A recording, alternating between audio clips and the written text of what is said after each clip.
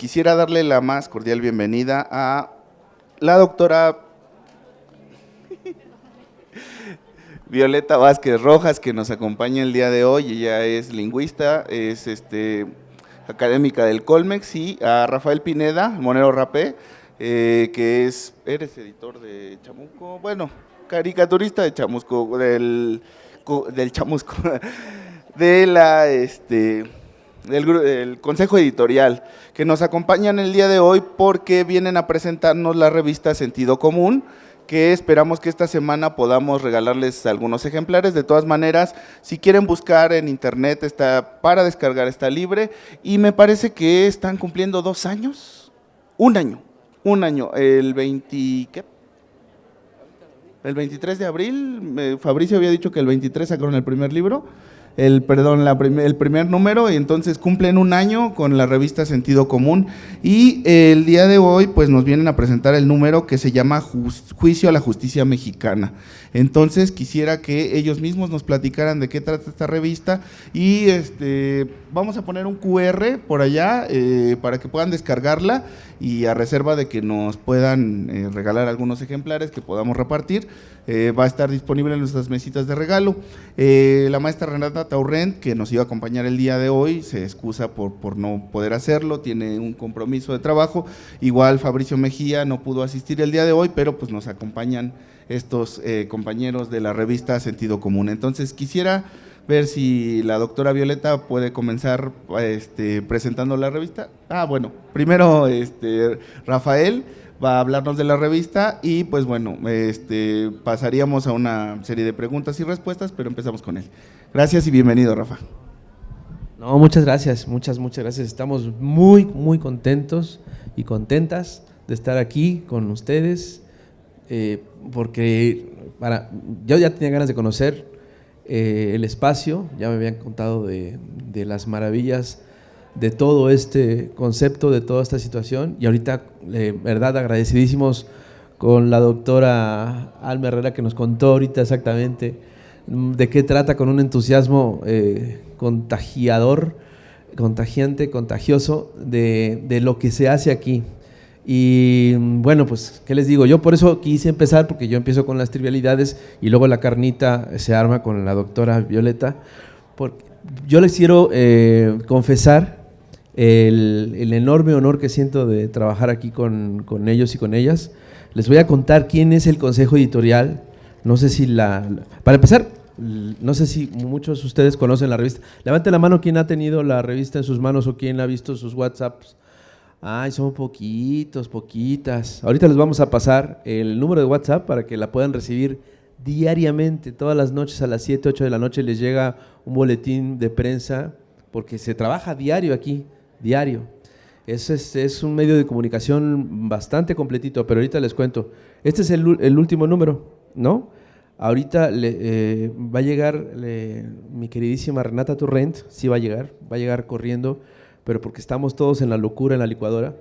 Pero les voy a contar, básicamente, primero que nada, el Consejo Editorial, que está conformado por el doctor Lorenzo Meyer, Enrique Semo, Elenia Poniatowska, Paco Ignacio Taibo II, Pedro Miguel, Beatriz Aldaco, Héctor Díaz Polanco, Rafael Barajas El Fisgón, José Hernández, mi hermanito, Armando Bartra, un servidor, José Gandarilla, la doctora Violeta Vázquez Rojas, Silvana Rabinovich, Elvira Concheiro, Violeta Núñez, Diana Fuentes, Elisa Godínez, Juan Pablo Morales, Irving Rojas, Víctor Aramburú y Adrián Velázquez, ¿no? Y pues el director es mi compadre Fabricio Mejía, la subdirectora es Renata Taurrent, el editor Samuel Cortés, el diseño es de Andrés Mario Ramírez Cuevas, que es un cuate brillante con esto de las portadas y el diseño de la revista, que a mí me parece fabuloso. Les cuento que también es, pues, ¿qué creen? Que pues es una lectura bastante ágil, pero sobre todo yo la recomiendo mucho para los jóvenes y las jóvenes, muy jóvenes, porque pues yo sé que estamos acostumbrados en muy buena medida a lo audiovisual. Bueno, pues esta revista tiene monitos, ¿no? Y es por eso que estamos involucrados los chamucos en esto, porque pues aquí se le da algunas páginas a moneros que todavía no tienen mucho nombre todavía, pero que ya están dando bastante de acá a hablar, como el querido colega Jerge, el monero Jerge, que le recomiendo mucho que lo ubiquen en redes sociales. Él publica también en El Chamuco y en La Jornada. Es un cuate que está siguiendo la misma dirección de los caricaturistas editoriales de antaño, ¿no? Desde Naranjo, Leo Flores, Helguera, Hernández, El Fisgón, ahí está, en esa línea. También está el colega Waldo, que es un cuate que vive en Mérida, es un cuate muy, muy talentoso también, que está empezando a dar de qué hablar, tiene sus videos en YouTube también, habla bastante sobre caricatura. Está el historietista, es el gran historietista de este país, que se llama Ricardo Peláez Goicochea. Él es el que también se echa sus historietas aquí al final, precisamente en este número se echó uno, resumiendo la plática que tuvimos en el Chamuco TV con el ministro expresidente de la Suprema Corte de Justicia, Arturo Saldívar, ¿no? Que se echó una conversación sabrosísima, está transcrita y está resumida aquí también en este número, porque pues nos cuenta el chisme así de primera mano de lo que le pasó con Felipe Calderón y con García Luna. Yo les voy a confesar que a mí me parece una revista fabulosa, porque si bien a lo largo de los 25, casi 30 años que tengo de dedicarme a la caricatura, siempre fui tratando de seleccionar a mis columnistas favoritos, ¿no? Ensayistas, académicos, y la monserga que significaba tratar de conseguir, de leer todos los periódicos posibles. Bueno, pues después ahora con las redes sociales, ¿no? En Twitter, en Facebook y todo esto, pues también va uno coleccionando, ¿no? Yo uso una plataforma de Twitter que se llama TweetDeck. Entonces ahí tengo mis columnas, ¿no? Como si fuera yo mi propio autocisen. Ahí tengo todos mis columnistas, académicos, periodistas, Bueno, lo que pasa con esta revista es que aquí están reunidas y reunidos la gran mayoría, así yo creo que el 90% de la gente que la he leído de manera separada en todos lados. Y para mí por eso me parece una grandiosa oportunidad para poder leerla. ¿Qué se necesita para leer esta revista? Pues eso, nada más, saber leer, porque ¿qué creen?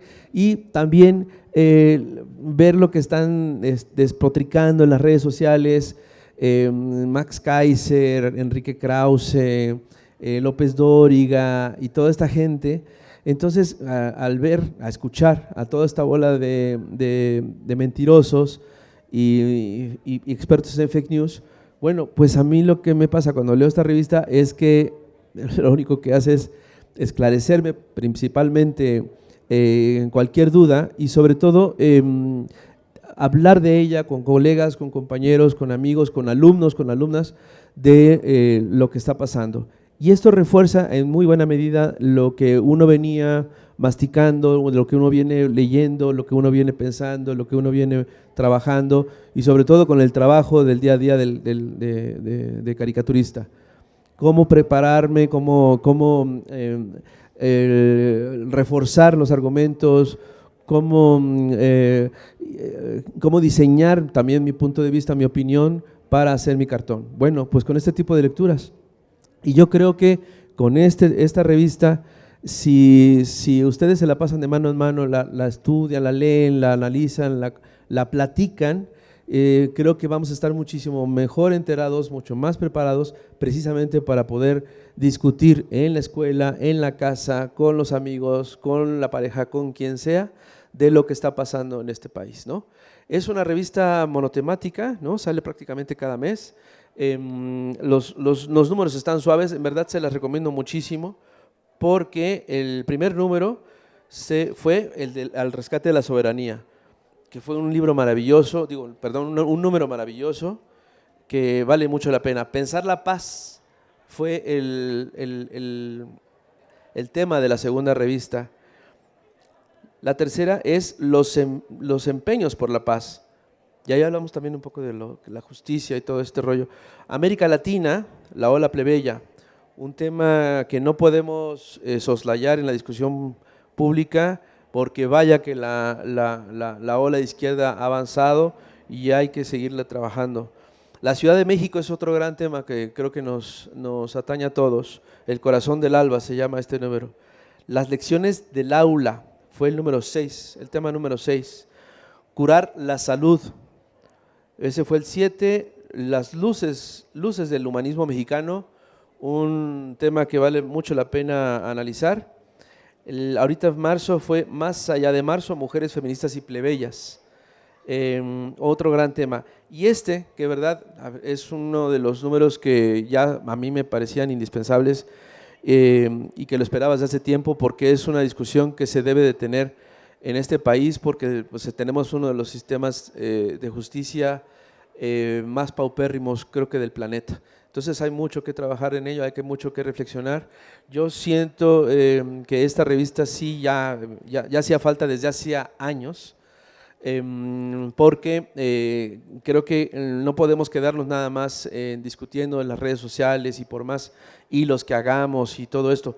Creo que sí era indispensable que se reunieran estas plumas, estas voces, estas mentes brillantes y que se reflexionaran sobre todos estos temas. Sin más por el momento, yo nada más me quedo con quería compartirles este entusiasmo y ahora sí pasamos a lo rudo de lo que nos va a contar la doctora Violeta Vázquez Rojas. Así que muchísimas gracias. Déjame aplaudirte primero. ¿Me prestas tu número? Gracias. Bueno, pues muchas gracias por la invitación a esta Feria del Libro. Gracias, doctora Alma Herrera, gracias, Daniel, por esta organización. Siempre es un honor presentar esta revista en los foros a donde nos invitan. Les voy a hablar un poquito más de lo que se trata este número en particular y después voy a regresar al tema que estaba tocando muy bien Rapé de la revista en general.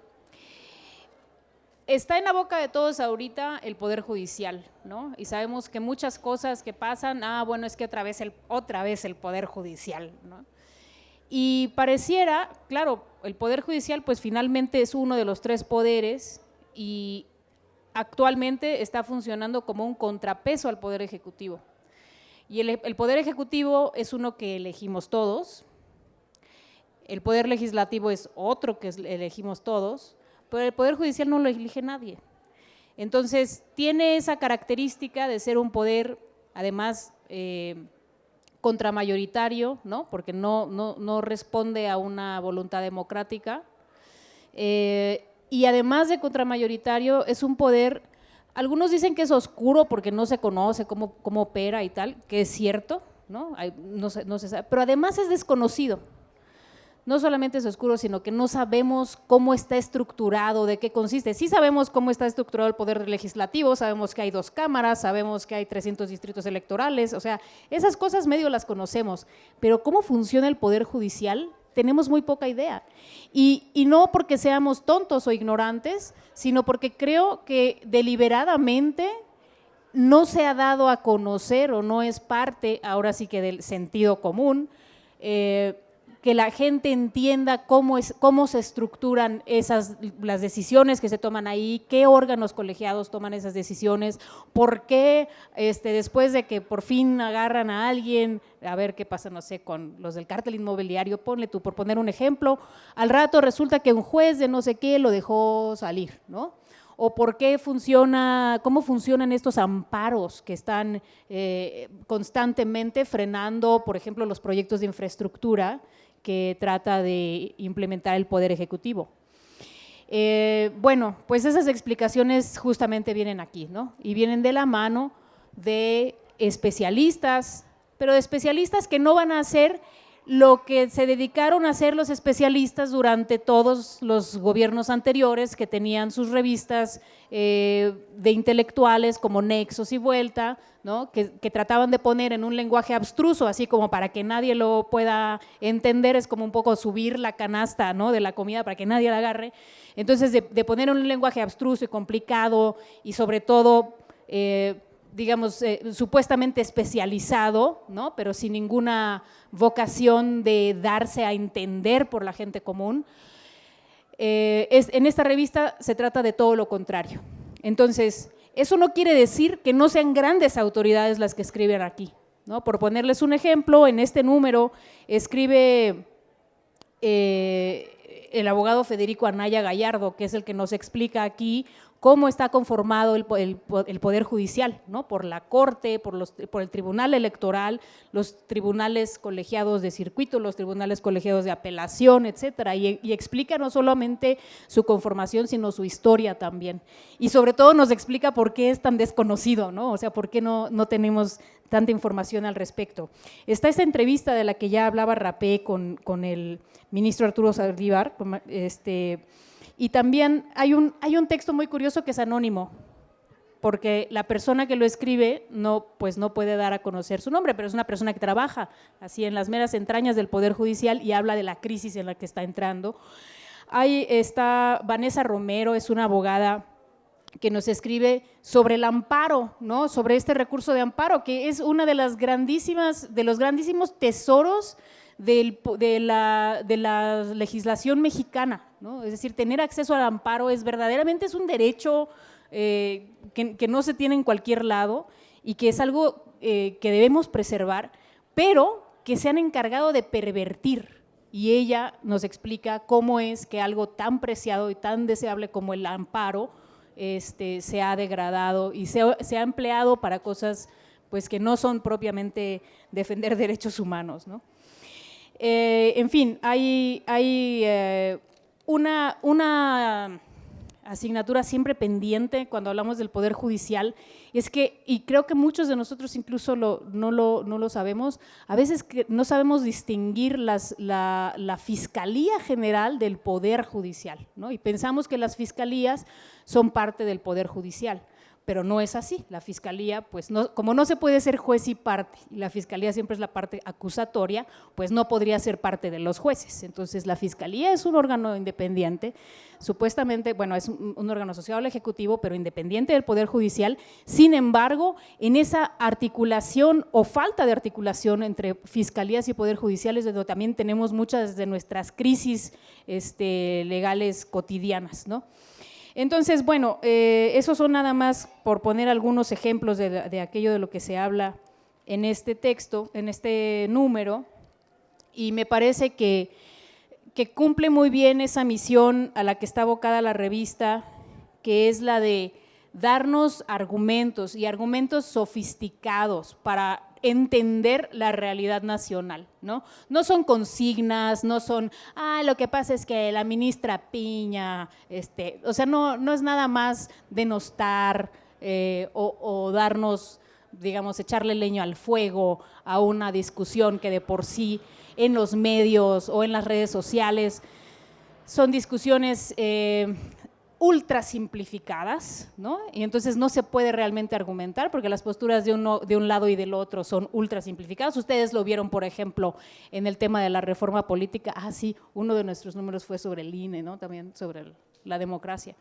Que en esa discusión sobre la reforma política, una reforma política súper robusta, muy deseable que se estaba proponiendo, todo terminó en quieren desaparecer al INE, ¿no? Y ya no se discutió todo lo demás, que era, o sea, una nueva manera de estructurar la representación popular, en fin, o sea, la reforma política era una reforma súper completa, pero que ya no se alcanzó a discutir porque todo se redujo a quieren desaparecer al INE y al rato ya estaba el Zócalo lleno de banderas rosas y así fue como terminó esa discusión.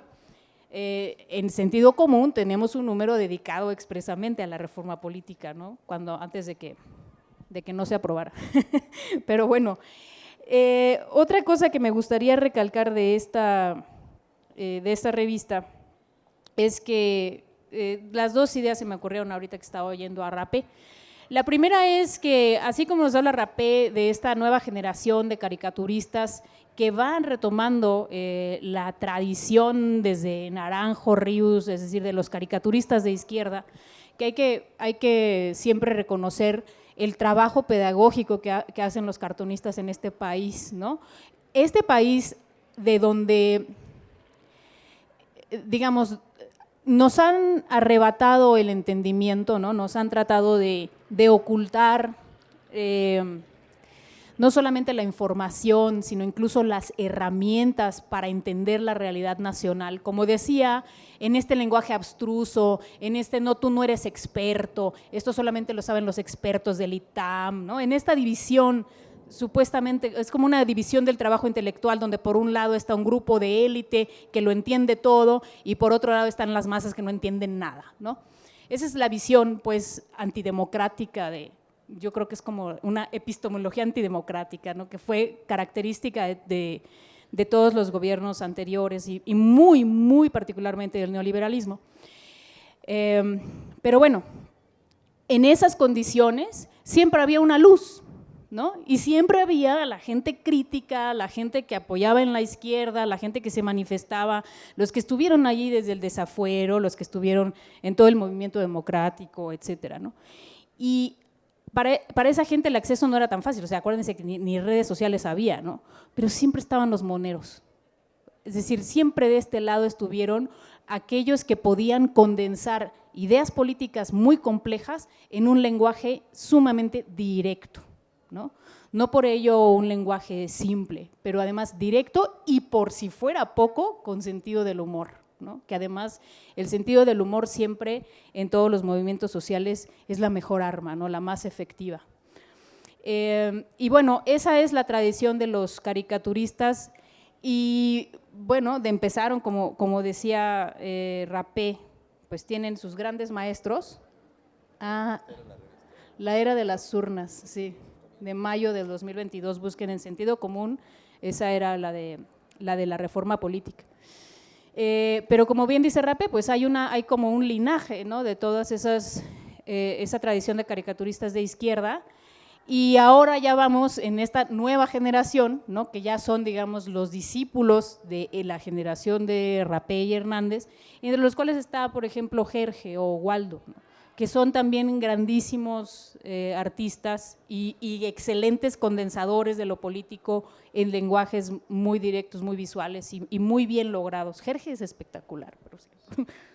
Le echo muchas porras, pero es que sí lo es. Bueno, entonces, así como existe esa tradición en la gráfica, también existe esa tradición intelectual, ¿no? Ese es el, digamos, linaje, ¿no? Que se va pasando de unas plumas a otras, y entonces por eso también uno de los grandes valores de esta revista es combinar, pues no sé, la pluma de Lorenzo Meyer, ¿no? De alguien tan reconocido como Lorenzo Meyer, que tanto nos ha ayudado a entender la situación, no solamente actual, sino histórica, internacional, ¿no? Etcétera. Con gente como, por ejemplo, Sácil Carreras, ¿no? Que es una joven abogada que sabe mucho de derecho electoral, sabe muchas materias jurídicas y que es muy clara para explicarse, etcétera. O Julia Álvarez y Casa, que además de ser abogada es una gran activista en contra del maíz transgénico y cosas así. Entonces, es un encuentro también de generaciones, ¿no? Es la bisagra que articula tradiciones, pero finalmente todas en una tradición intelectual de izquierda, ¿no? Que creemos que ese es uno de los grandes valores también de esta revista. Y por último, hablando de esto que habla, de esta lista que les daba Rapé, estos son los números que en un año hemos estado publicando continuamente. Cada mes nos reunimos el Consejo Editorial para ver cuál es el tema de coyuntura, ¿no? Sobre el que hay que buscar las plumas y explicaciones y qué aspectos de ese tema, de ese problema se deberían tocar y quién es la persona ideal para tocarlos, ¿no? Entonces, esas reuniones editoriales donde tomamos esos acuerdos, pues son reuniones donde estamos muy atentos a cuál es la realidad nacional, qué es lo que vale la pena discutirse, no solo en este momento, sino que va a estar pasando este año, ¿no? También hay que ser un poquito pitonizos y empezar a ver qué es lo que va a pasar, cuáles son los temas en la agenda nacional en los próximos meses y cosas así.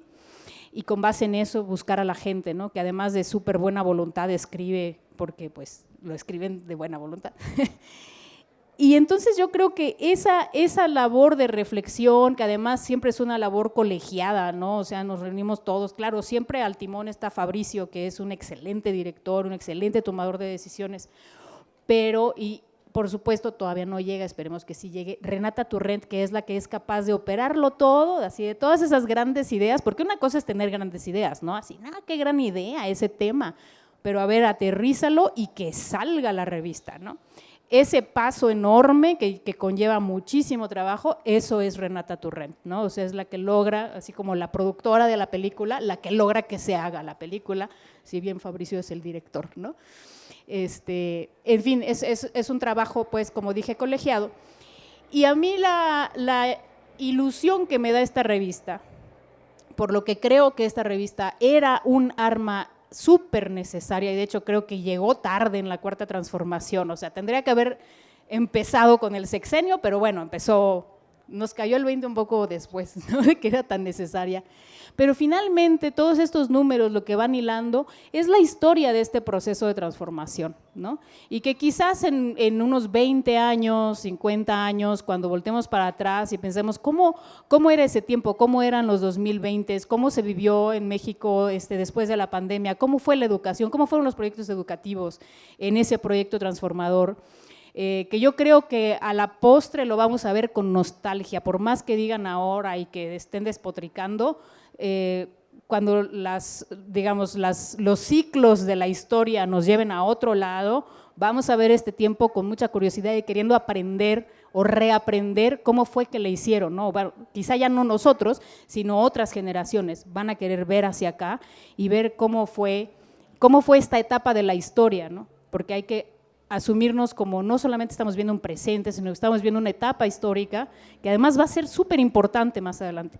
Y creo que todos estos números de sentido común van trazando esa historia, o sea, van siendo testimonios textuales de qué es lo que venía pasando, ¿no? Y cómo se fue explicando.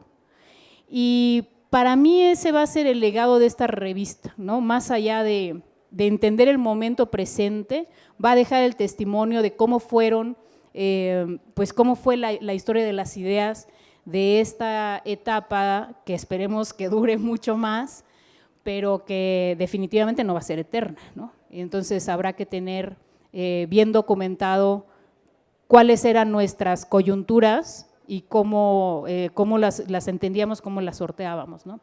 Entonces, por todas esas razones, les recomiendo mucho que entren al sitio, que se suscriban al boletín, que tengan sus actualizaciones pues diarias y también sus cartones que están ahí también en el sitio, y que si tienen algún tema en el cual quieran colaborar de manera particular, nos escriban y para considerar, ¿no? Cuando estamos tomando esas decisiones de a quién le podemos pedir que explique, ¿no? Este tema, nos hace falta también voces nuevas en quienes pensar y están ustedes invitados. Entonces, bueno, muchísimas gracias y muchas felicidades a este grandísimo proyecto educativo que es el Instituto Rosario Castellanos. En cada número se reúne el consejo editorial y andamos viendo quién podría ayudarnos. Es la enorme diferencia con aquellas revistas de la oligarquía, ¿no? que con la soberbia absoluta, solamente con sus multidoctorados y expertos en millones de cosas, se atreven a querernos explicar el mundo con sus palabras rimbombantes de más de 5 sílabas, creyendo que con eso ya son dueños de la verdad absoluta. Entonces, aquí la gran diferencia es que nosotros sí discutimos quiénes podrían hablarnos de tal o cual tema. Y esta invitación, esta última invitación que acaba de hacer la doctora Violeta es exactamente lo que marca la diferencia. Estamos abiertos a recibir nuevas plumas, nuevas voces, porque en verdad esto es horizontal, esto es acá, esto para nada tiene que ver con esa soberbia estúpida. No, aquí sí estamos buscando, ¿verdad?, una horizontalidad también intelectual. Entonces, a mí nada más me quería recalcar eso. ¿Y qué creen? Les tenemos esta presentación incluye un show cómico musical, una parodia que espero me permite, doctora, porque pues, no quiero poner el desorden en su instituto, pero es que vamos a mostrarles. Nos llegó un chisme de una canción que le dedicó Felipe Calderón a Genaro García Luna, y se las queremos cantar a capela porque pues no trajimos el karaoke. Entonces, con su permiso, no tardo mucho. Ahí les va. No traje el mezcal, pero bueno, no importa. A ver si conocen la canción, es más o menos conocida. La cantaba, ¿no? ¿Cómo se llama? Pedro Infante. Pactaste a mi lado desde la presidencia, sin que todos supieran los bonos para mí. Me puse borracheras, trance con extranjeras, busqué candidatura para volver aquí. Les duele esa movida porque no mencionaste que guardaste silencio, que sí sabía de ti. Y calladito sigues con todo y penitencia, y si te dan 100 años, yo ni te conocí. Tan, tan. Pues muchas gracias.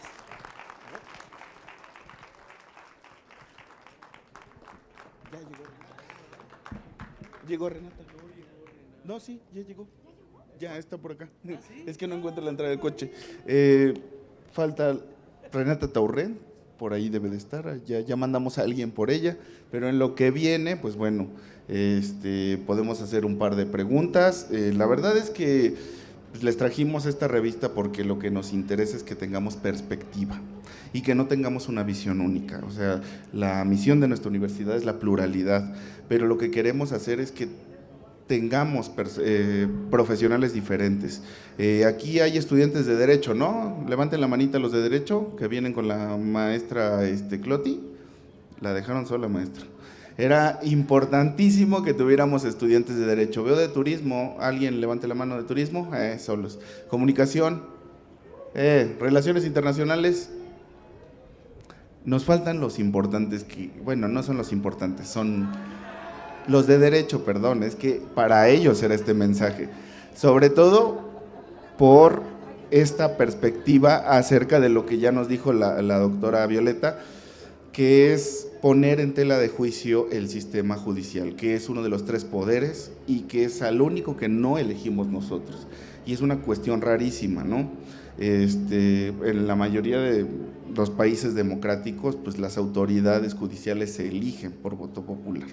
Y deberíamos de estar pensando en estos tiempos de cambios, en una reforma que nos permita elegir a las personas que van a ser el tercer pie del banco sobre el que nos movemos como nación. Entonces, pues una invitación una vez más a que podamos, miren, un aplauso para la maestra Renata Taurén.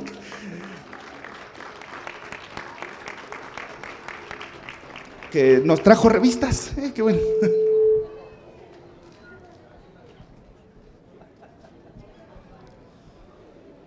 Pues bueno, no sé si quieres compartir algo con el público antes de pasar a las preguntas y respuestas. Pues bienvenida, Renata Taurén.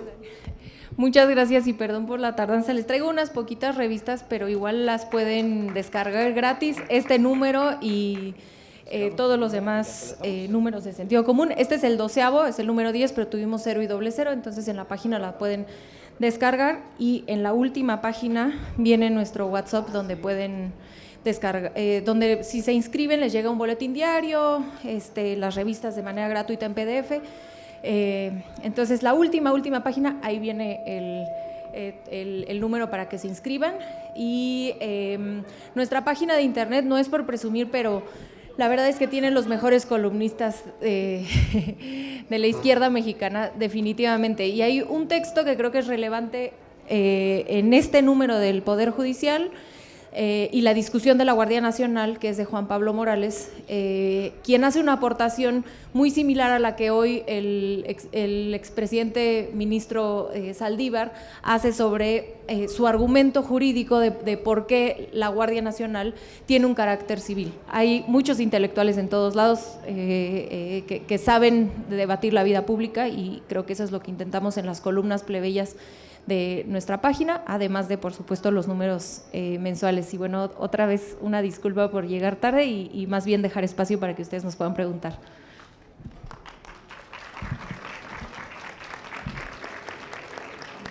Bueno, pues entonces, ¿alguno de ustedes tiene una pregunta? Bueno, primero,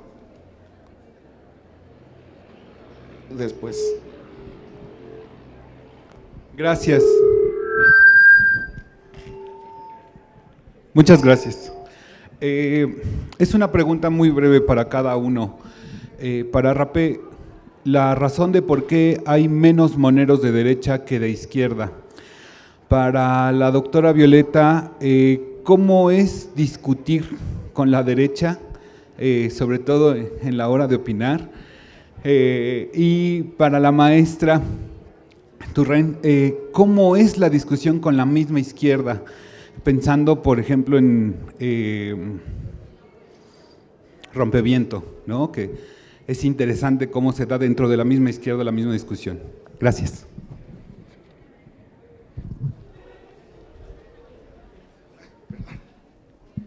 Bueno, me toca la primera, que es la de ¿por qué hay menos moneros de derecha?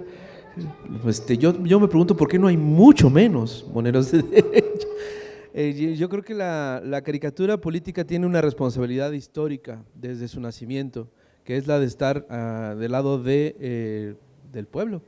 Está del lado, el caricaturista es el ilustrador de un sentir común, de un sentido común, de un sentido del pueblo, de un sentido, y así ha sido desde sus inicios. Y me parece absurdo que existan ilustradores de un empresario, que hay ilustradores de un banquero, que hay ilustradores del punto de vista de un dueño de un medio de comunicación que lo único que hace con él es hacer negocio. A mí me parece una tarea de impostores la de ese tipo de caricaturistas. Son ilustradores del punto de vista del director editorial, no son autores, no tienen derecho a firmar sus cartones. Son ilustradores de un punto de vista de los victimarios, no de las víctimas. A mí me parece absurdo que exista ese tipo de dibujantes y suelen ser pésimos dibujantes. Entonces, bueno, yo que te digo, nada más y nada menos que ese es mi punto de vista.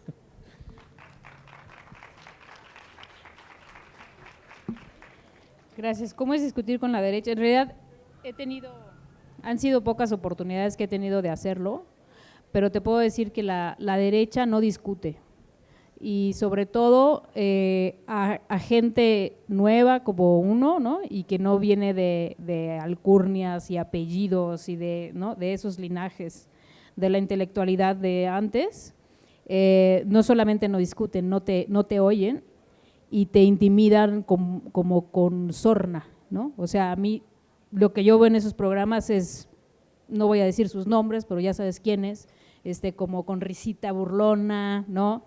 O luego van y te pegan en redes, ¿no? Pero como burlonamente, ¿no?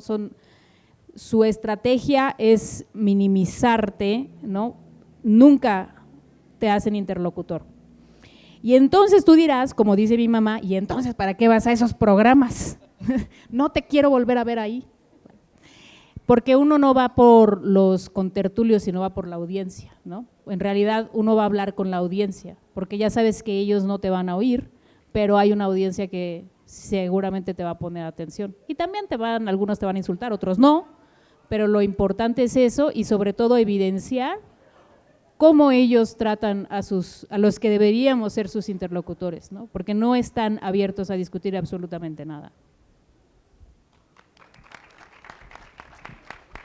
Yo creo que un poco la respuesta corta se la copio a Violeta. Creo que en muchos de los espacios de izquierda donde se debate es también para hablar con la audiencia en un sentido distinto. Creo que la dificultad de convencer a la izquierda, a veces académica, a veces de la sociedad civil, es que creo, espero no decirlo con cuidado, pero creo que de pronto se meten mucho en la consigna, voy a poner un ejemplo ahorita, pero se meten mucho en la consigna de qué es de izquierda y qué es de derecha.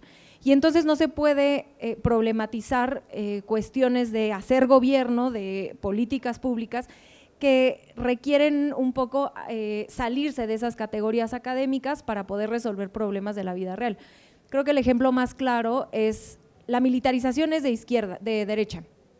Bueno, claro, todos querríamos que ninguna de las Fuerzas Armadas estuvieran en las calles. Claro, por supuesto que todo el mundo querríamos eso sería fantástico. Y que todas las policías locales funcionaran perfectamente sin corromperse y que pudieran enfrentar al crimen organizado. Sí, ojalá.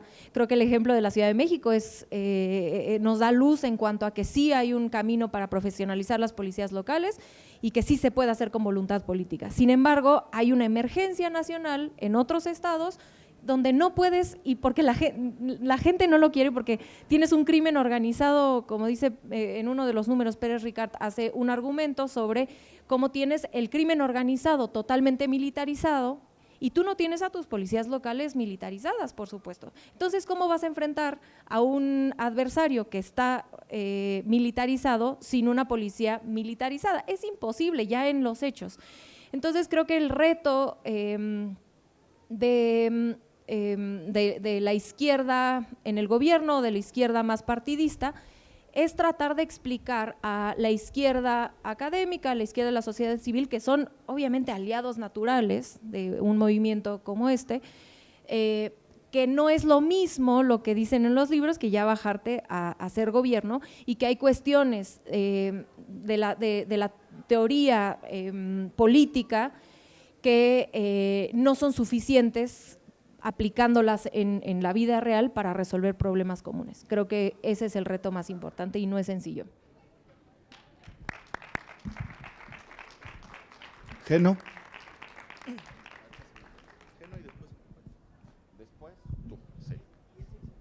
Gracias. Bueno, recibo a nombre de mis alumnos porque los voy a obligar o a motivar muy enérgicamente que les hablen y que escriban para ustedes. Soy profesora de comunicación y mi pregunta es, en esta perspectiva, ¿qué mejores habilidades deben de llevar ya mis alumnos? Ya vamos a graduar a la primera generación para estar en estos medios críticos.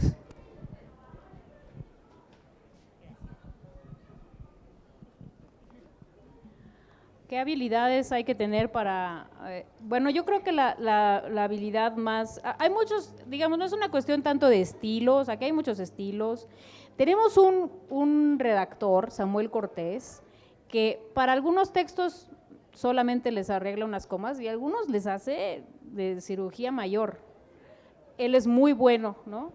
Pero lo que quiero decir con esto es que no es tanto una cuestión de que redacte impecablemente, digo, ayuda muchísimo, le ayudarían muchísimo a Samuel, pero más que una cuestión estilística, creo yo que es una cuestión de quererse hacer entender, ¿no? Tener una idea clara y querer que los demás la entiendan. Eso creo que es como el espíritu del estilo ensayístico de esta revista, porque, es decir, no es una revista, como decíamos hace rato, ¿no?, donde el autor se quiere lucir y quiere lucir qué tan erudito es, y mientras más erudito soy yo, menos me entiendes tú. Esa es ¿no? Esa es la consigna del erudito. Y aquí no, o sea, creo que para escribir aquí sí el requisito indispensable es querer que los demás te entiendan, ¿no? Eso sería. Y yo quiero agregar que también se puede recibir gente entusiasta en el dibujo, ¿no?, con la única condición es de que sean cuasi adictos a la información. Porque aquí hay algo muy importante, también, como lo dije hace rato, la revista Chamuco es una escuela de caricaturistas, para caricaturistas, de nuevos talentos, se acercan y pasan por un periodo a veces largo, pero es un periodo de conducción, es un periodo de preparación, es un periodo de ensayo, error, de prueba, del ejercicio del dibujo. El dibujo es una herramienta, es el vehículo de lo que quiere decir, ¿no? El humor es una estrategia también de ese mismo discurso, pero se agradece que se parezca a quien quiere dibujar, ¿no? O sea, no es que se agradece, sino tiene que ser así. Es incluso también respetando las reglas de la escritura, es también respetar las reglas del dibujo. Y la caricatura, la ilustración y la historieta tienen su fórmula muy específica, con algunas variables que también se pueden ir ejercitando, ¿no? en la revista. Entonces, yo me encargo precisamente de coordinar a los ilustradores, pues también son bienvenidas las propuestas nuevas para irlas preparando, porque también necesitamos moneras, y que afortunadamente están ya incluso abarcando casi la mitad de la revista Chamuco, ¿no? Pero están en el Chamuco, entonces no lo hacemos. Es una cuestión de decisión personal también, ¿no? De cada autor, de cada autora. Y bueno, pues nada más quiero dejar la invitación abierta también a esta posibilidad. Compañero. Buenas tardes, soy Diego, soy de la carrera de Contaduría y Finanzas y mi pregunta, bueno, primero va como un comentario. Desde el principio del sexenio, la escritora Sabina Berman ha hecho referencia en la necesidad de crear, bueno, de que haya periodismo de izquierda. Yo veo que sí hay mucho periodismo en la izquierda, sin embargo hay muchas áreas en las que la derecha todavía predomina. Está el área económica, que apunta que el Estado maneja monopolios, en cambio los privados es bueno, entre comillas. Mi pregunta sería, ¿en qué otras áreas hace falta que haya voces de izquierda?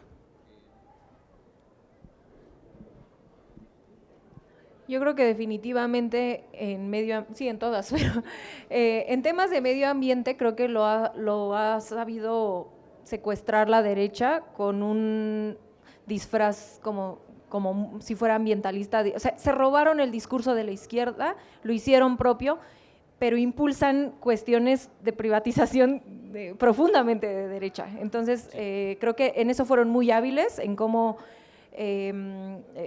usurpar un discurso y una lucha que nunca ha sido suya y hacerla propia con una idea mercantilizadora y una idea de privatización, ¿no? Que fue pues el modelo, digo, por Dios, tenemos a Felipe Calderón como experto en todo el mundo dando pláticas de energías limpias, por Dios, o sea, señor, es la ultraderecha de este país. Entonces creo que en ese tema definitivamente nos hacen falta cuadros, pero en economía, como dices, definitivamente, porque ese dogma de el Estado no sabe hacer las cosas, solamente el privado sabe hacer las cosas, te lo meten hasta la médula, yo estudié economía también, entonces te lo meten así hasta la médula en la mayoría de las universidades, sobre todo privadas, lo de los monopolios que tú mencionas, es que tienen muchísimo vértigo sobre los monopolios públicos, pero en la vida los he escuchado hablar de los monopolios privados, ¿no? Sino crean estos espacios de control de monopolios, pero en realidad es nada más un control de monopolios a lo privado, ¿no? A lo público. En lo privado no tienen ningún problema que Iberdrola se fuera a llevar el control de la electricidad o que fuera a tener la rectoría de la industria eléctrica, ¿no? Entonces, sí, creo que esos dos, no sé si hay otro que se les ocurra. Yo quiero recomendarte a un amigo mío desde la prepa. Resulta que, de hecho, gracias a él soy monero porque resulta ser sobrino de Helio Flores, el maestro Helio Flores. Y tanto lo quiero y tanto lo admiro, y que fui a presenciar su examen de doctorado en Rotterdam. Ahí nomás, ¿no? En filosofía económica y economía, o filosofía económica. Defendió su tesis de doctorado en el que refiere que el FMI y el Banco Mundial no deberían de exigirle a los gobiernos de países como América Latina y otros con algunos problemas, las mismas políticas económicas que le pide por ejemplo, a la mayoría de los países de Europa, a Canadá, bueno, a otros países, pues, ¿no? Y lo defendió a capa y espada. No le fue fácil defenderlo, no le fue fácil convencer a sus sinodales, pero lo aprobó con honores y toda la cosa. Entonces, a eso voy. Creo que sí necesitamos economistas de izquierda y que precisamente demuestren con hechos, con evidencia científica, que sí se debe de tener muchísimo más consideración por el bien común en lugar de por unos cuantos. Gracias. ¿Alguien más tiene una pregunta? Ahí está Porfis con Dani, y antes de que Dani haga su pregunta, quiero compartirles algo que creo que viene bien con la mesa. Es una frase de Monsiváis que siempre nos acompaña y creo que ilustra muy bien la perspectiva que tiene la revista, la perspectiva que tenemos en el instituto sobre esta conformación de gente que piensa diferente. Dice Monsiváis: la izquierda siempre es perfectible, la derecha no. La derecha es la mejor derecha posible, es estúpida y arrogante, cumple cabalmente con lo que debe de ser. Y creo que ilustra muy bien algo de sus dudas. Ustedes piensan que la derecha nos lleva ventaja en ciertas cosas como en la economía, en el periodismo cultural, están muy bien consolidados, pero pues la verdad es que tienen un pensamiento dogmático que no cambia, ¿no? Nosotros, las personas que nos definimos como personas de izquierda, pensamos diferente, pensamos en cambiar y en no estar siempre en el mismo lugar del pensamiento. Entonces, es algo que quería compartir con ustedes. Y ahora, Dani. ¿Qué tal, compañeros?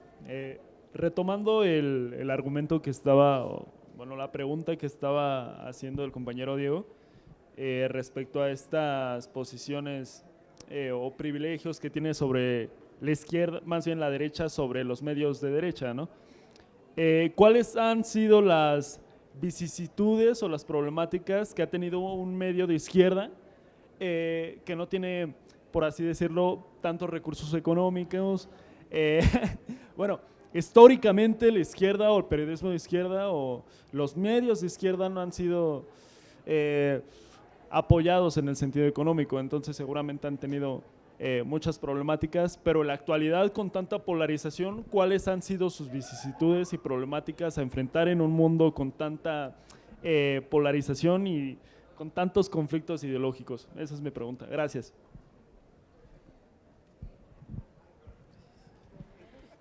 Bueno, definitivamente, no solamente los recursos, sino creo que cierta izquierda, por ejemplo, dado que la derecha siempre tiene acceso a un montón de recursos económicos, la izquierda o el periodismo izquierda o las organizaciones, muchas veces las ONGs de izquierda, se acaban viendo en la necesidad de pescar dinero que tiene implicaciones a veces complicadas, diga.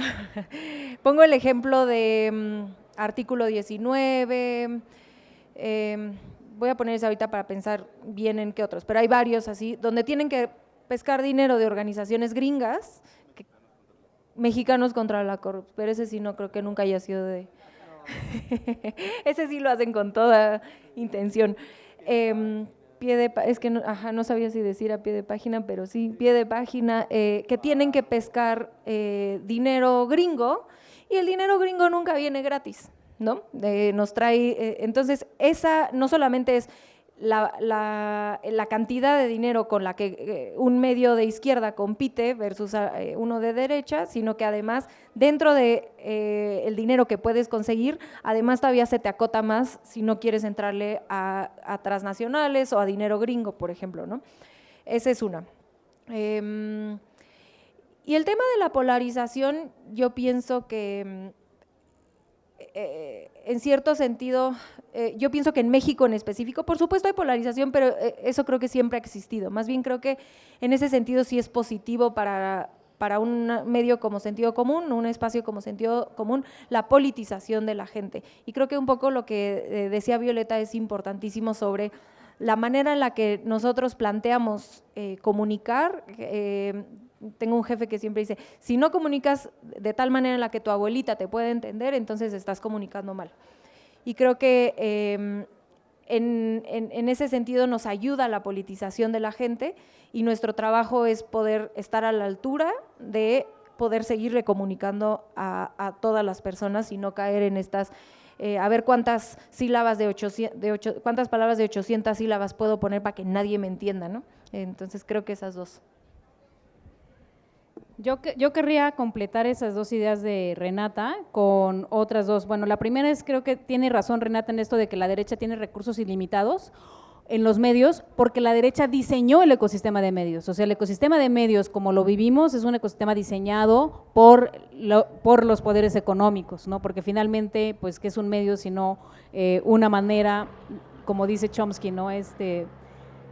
Le venden no es que vendan información, ¿no? Lo que venden es publicidad, ¿no? Y finalmente son maneras de vender productos, más allá de vender información, y la información es simplemente una manera de hacerlo, y entonces, y además, pues, de cooptar esa discusión y llevar agua a su molino. Entonces, por eso, por el propio diseño de cómo es el ecosistema de medios, ellos siempre van a tener acceso ilimitado a los medios, mientras que la izquierda no, la izquierda justamente tiene que nadar en contra de ello. Y quería decirles una cosa ahorita que estaban hablando de cómo se bajan recursos y tal. Les quería contar una anécdota muy bonita de una amiga peronista que le gustaba el performance y no sé qué, y entonces fue a Estados Unidos a estudiar, y entonces invitó a sus amigas de Estados Unidos a Bariloche, y allá estaban en tiempos de Kirchner, ¿no? Estaban haciendo unos talleres y que iban a hacer esto y lo otro, y entonces las activistas de Estados Unidos les dijeron, bueno, y ahora vamos a tomar un taller de cómo conseguir recursos para hacer estas cosas. Y dice mi amiga Laura Kropf, no, nosotros le vamos a pedir al gobierno. Y no, bueno, se atacaron las gringas, ¿no? Pues decían, ¿cómo al gobierno? No, tú no puedes tener un proyecto autogestivo y andar pidiendo dinero del gobierno. Y ella dice, porque tenemos un estado de bienestar por el que luchamos y lo vamos a usar, ¿no? Entonces, digamos, no es vergüenza, en ningún momento debe ser vergüenza recurrir a apoyos gubernamentales cuando es un gobierno por el que peleaste, ¿no? O sea, cuando es el estado de bienestar por el que peleaste tanto tiempo, porque para eso fue. Entonces sí, la verdad es que la revista vive de publicidad oficial, y en gran parte, ¿no? Entonces, no es algo que tenga que ser mal visto, ni mucho menos. Creo que este es el momento en el que podemos tener medios como este, y quizá en otros momentos no habríamos jamás podido, ¿no?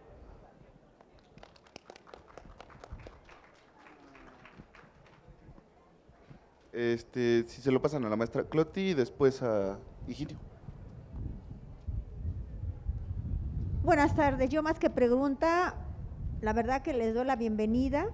Qué bueno que en la universidad se discutan esas problemáticas.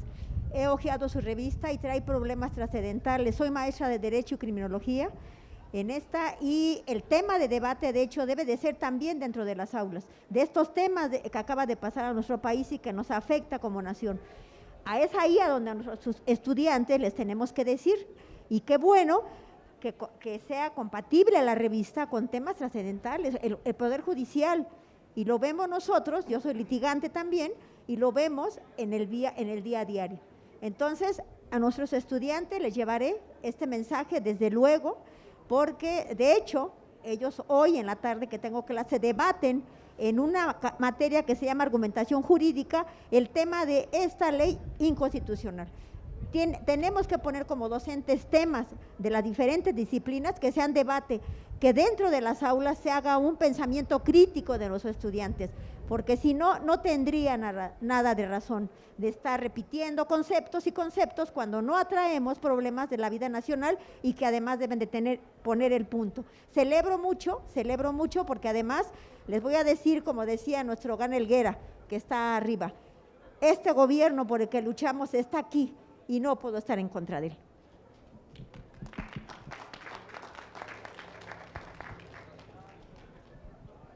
Muy buenos días, soy Higinio Arias de Ciencias de la Comunicación y metiche de primera en los temas de universidad. En mi caso tengo una pregunta que va en varias partes. ¿Cómo evitar caer en estas cámaras de eco como revista de izquierda? ¿Cómo evitar convertirnos en una nueva derecha una vez con un gobierno de izquierda aceptado? ¿Cómo evitar tener estos agentes o estas personas que poco a poco vayan entrando en sus propios intereses, lejos de ver los demás? Y cómo nosotros, que ya hemos hablado de ellos, volver a cambiar el discurso y ahora ver sus errores. ¿Cuál sería nuestro compromiso como revista con esto? Y además, con las personas que ustedes integran, con estas personas, esta horizontalidad, ¿cómo hacer que estas personas tengan una voz y no solamente se convierta en una especie de extraccionismo de su conocimiento y poder tener de esta manera el compromiso de siempre ser una izquierda que se va perfeccionando a sí misma?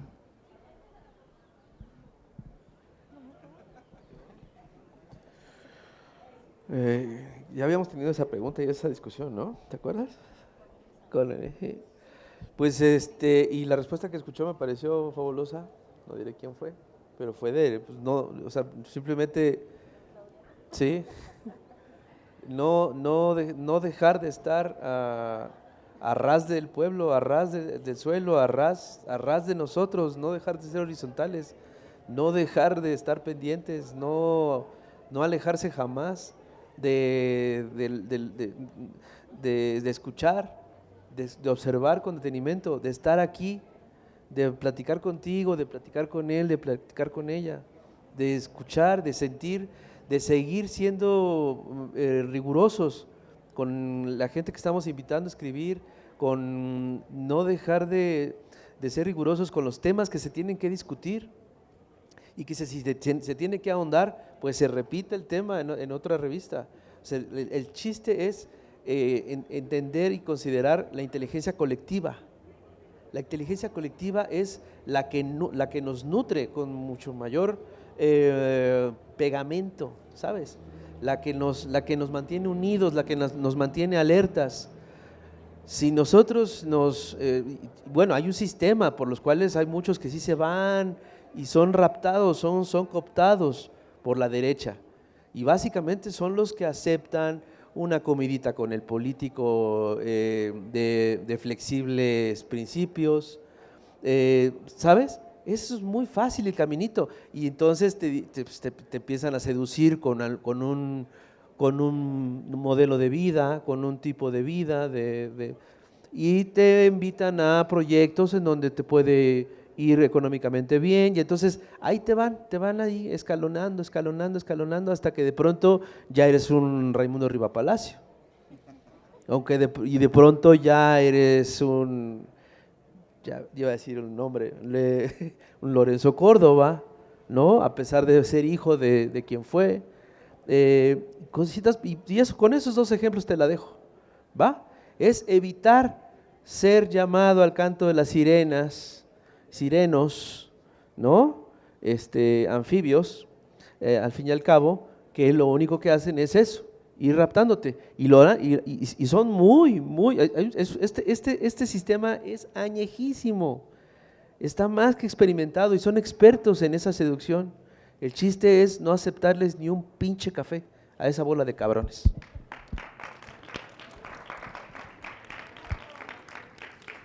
Bueno, pues ya si quieren podemos anotar las preguntitas, estamos a punto de el siguiente evento, Rafa ya se tiene que ir, bueno, solo queremos entregarles un reconocimiento por haber venido a esta segunda emisión de la feria del Instituto Rosario Castellanos, gracias por traer la revista y pues por platicar con nuestros estudiantes. Entonces,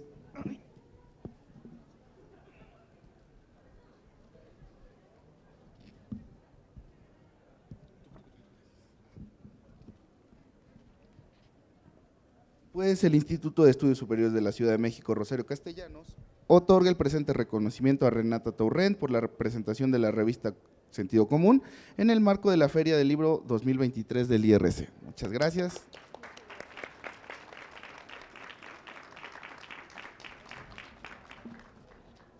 De la misma manera, el instituto reconoce a Rafael Pineda por la presentación de la revista.